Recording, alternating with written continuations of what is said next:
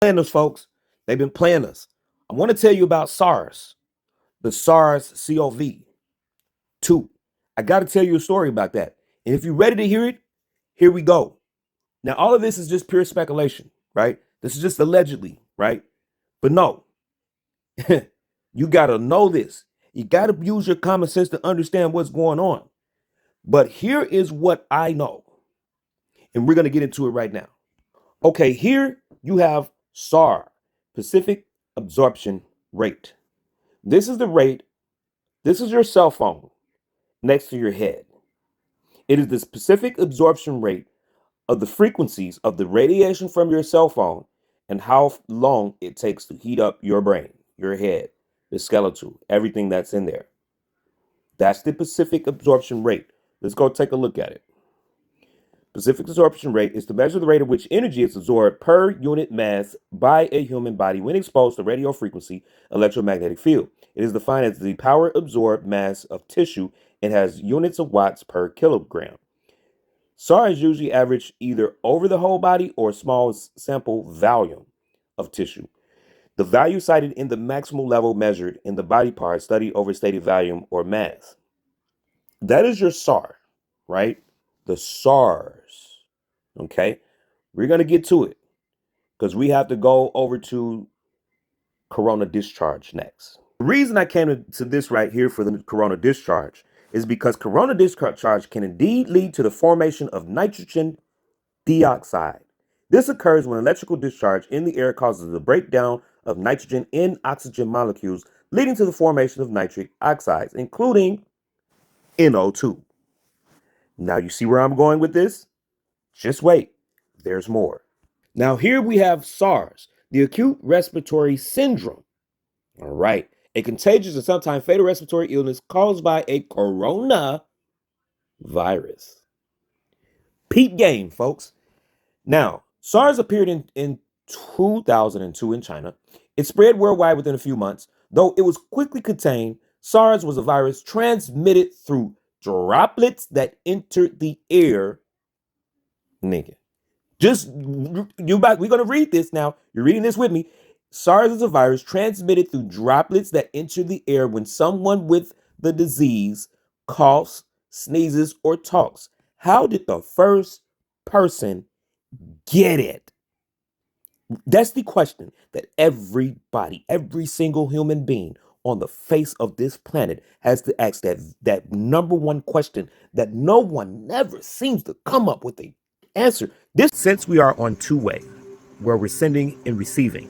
So the satellite send and receive, the cell tower send and receive, your cell phone send and receive, the Wi-Fi send and receive, your Bluetooth, your TVs, everything is sending and receiving. This question to you is, since we're sending and receiving, that produces a frequency. Frequency produces what? An electrical discharge. Frequency produces an electrical discharge, which is a what? A corona discharge. Let's get into it. This is one question right here that RFK need to ask the panel. How does the first person get the disease? And watch them people sit up there and mumble and mumble and mumble and start calling them all types of. You're going to see Satan come out to these people so bad because they're not going to be able to answer that question truthfully. Okay, let's get to it. No known transmission has occurred since 2004. Lies. That is a lie. Because guess what? I had a respiratory infection in 2006. And guess what it was from? 3 cell phones that I carried on my body. And every time, the reason I had this respiratory infection for over a month, for a month and a half, I had a cough so bad. But the cough was only happening when I was outside. But guess what was happening when I was outside, folks? I had the cell phones in my pocket. All 3. 1 work phone, 2 personal phones. That's when the Nextels was in the style. All of them were Nextels. So this shit was zapping in my pocket, zapping my private, and just it kept the cough there longer than it should have been. I didn't figure this out until 2020. That's when I realized that's what that was. And that's what this is right here. Fever, dry cough. It was a dry cough. I'm telling you, every time I went home and I got those cell phones off of me, the coughing stopped. That's why I didn't go to the doctor until about a month and a half. I went when my chest got really weak and was hurting really bad. And I was like, no, I'm going to go to the doctor. That's when I really realized, okay, this is a real problem here. Headaches, muscle aches, and difficulty breathing are symptoms. Now, watch this, because we're not over. Yeah, let's go. I ain't finished. Look, World Health Organization, severe acute respiratory syndrome. Now, just look at this wordplay. It's a word salad. Severe acute respiratory syndrome is a viral respiratory disease caused by a specific absorption rate associated with corona discharge. Because where did the first person get the coronavirus? Okay. Pay attention. This shit is coming together, ain't it? Pay attention, baby. Pay attention. Bam! You see how they've been setting us up? Look, SARS. Remember, Pacific Absorption Rate Syndrome. All right. Look, CO, that's your corona discharge, or COV, your corona. But the variant, that's V, is for the variants, the virus. That is for your air pollution, your bacteria filled clouds, your rain, your snow, your artificial cold, your artificial heat wave. Just, this is all alleged. This is all alleged. Look, I'm just basing it off of common sense. I'm not saying that any of this stuff is real. I'm just basing this off of common sense here. You got to pay attention because you always have to ask yourself this one question: how did the first person get it? I'm on a motherfucking roll, baby. Stick with me. Now, you're probably wondering right now, like, well, how did he get across the world? Well, let me ask you something. How does satellites predict the weather? How does satellites pick up your GPS? How does satellites transmit signal? It uses frequency, does it? And frequency is corona discharge.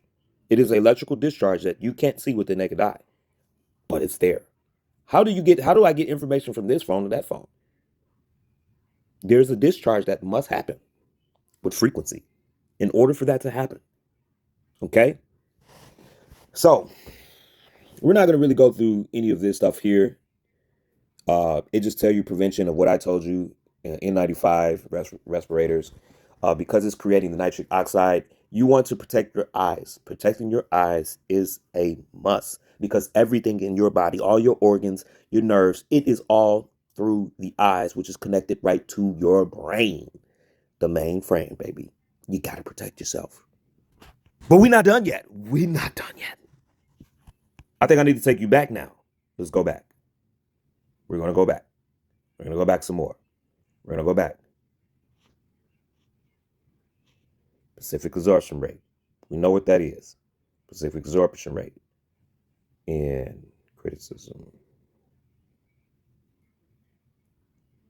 Okay. Limits do not, that set by law, do not consider that the human body is particularly sensitive to the power of peaks or frequencies responsible for microwave hearing effect. Oh my God. I got to tap on it.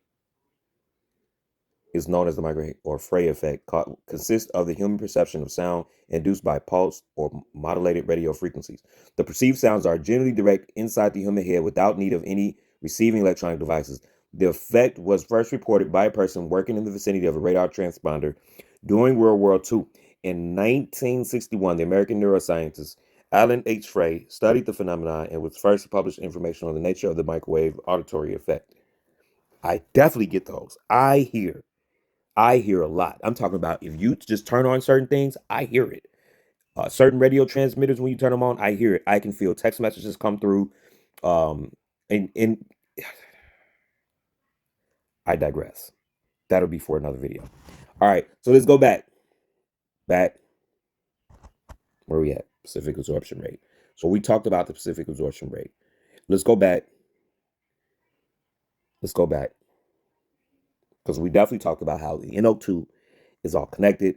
And it says right here, no, ozone is not a free radical, but it can cause free radicals to form. Interesting. Explanation. Uncharged atoms are molecules with an unpaired electron, making them highly reactive.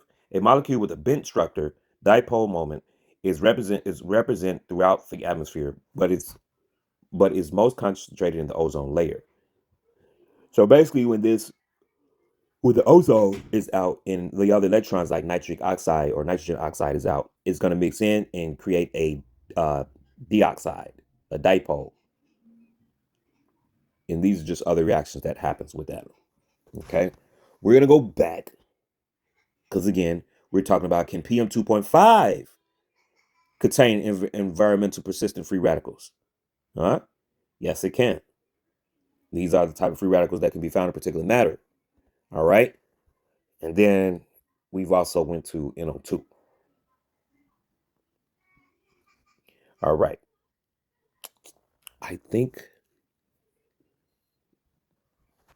one second. All right. So now we have the corona discharge. We're going to Wikipedia for that. Corona discharge is an electrical discharge caused by ionization of fluids such as air surrounding a conductor carrying a high voltage. It represents a local region where the air or other fluid has undergone electrical breakdown and become conductive, allowing a charge to continuously leak off the conductor into the air. A corona discharge occurs at a location where the strength of electrical field potential gradient around the conductor exceeds the dielectric strength of the air. Now, that's showing you the corona discharge from like those high-powered lines and things like that, right? But let's go to the other ones. Corona discharge from high voltage electric power transmission lines constitutes an economically significant waste of energy for utilities in high voltage equipment like cathode ray tube televisions. Okay, radio transmitters. What is radio transmitters? Well, radio transmitters are, okay, is an electronic device which produces radio waves with an antenna with the purpose of signal transmission for up to a radio receiver. The transmitter itself generates radio frequency alternating current, which is applied to the antenna. The transmitters are a necessary component for all electronic devices communicated by radio, such as radio, audio, television broadcasting stations.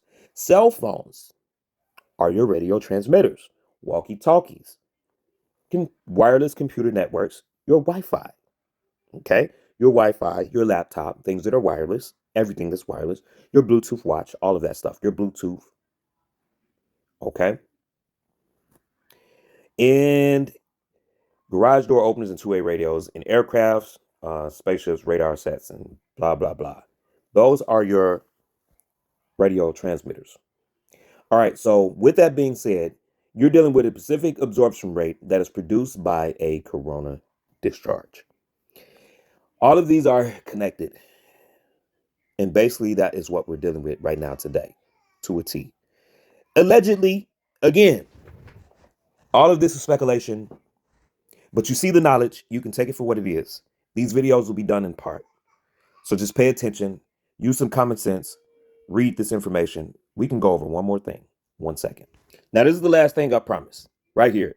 A new problem in inflammatory bowel diseases, use of mobile phones. All right. So this is a study right here. This is a photo, basically. My bad. So the technology developments provide a lot of conveniences to our lives. The issue is one of the risks that arises along with these conveniences. In our study, we tried to understand the impact of electromagnetic waves from the mobile phones on the bladder tissues, materials, and methods. 21 adult male albino rats were divided into 3 equal groups. Group 1 was exposed to electromagnetic waves for 8 hours a day for 20 days. Right now, we are 24 hours a day, 7 days a week, 365 days a year. We are getting radiated by these cell phones every single day, every minute, every second of our lives. This is why you need to learn how to take technology breaks, because your body is breaking down. So let's just go and get into it. All right. Then their bladders were taken off immediately. Group 2 was firstly exposed to electromagnetic waves for 8 hours per day for 20 days. And then secondly, another 20 days without exposition to electromagnetic waves. And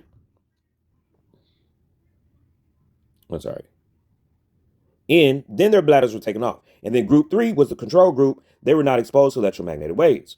Under the microscope, examination of bladder tissue in the first group severe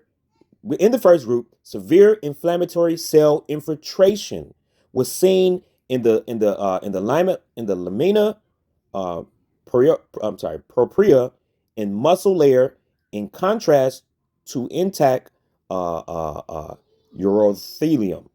I'm going to say that's the urinary tract or whatever, getting into the urinary tract. I didn't look all this stuff up to see what everything mean to break it down, right? I will.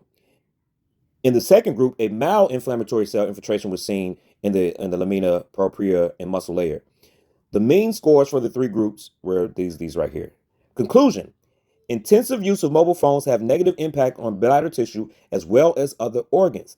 Keep a minimum level of mobile phone use, making it easy to keep it under control of diseases in which the inflammation is an etiologic factor, whatever. But that's the cake, folks. That's what I wanted to give for you today. That's all we needed, folks. I got to go in here and talk to nephew. He wanted some candy. It's too late at night. Just don't do that.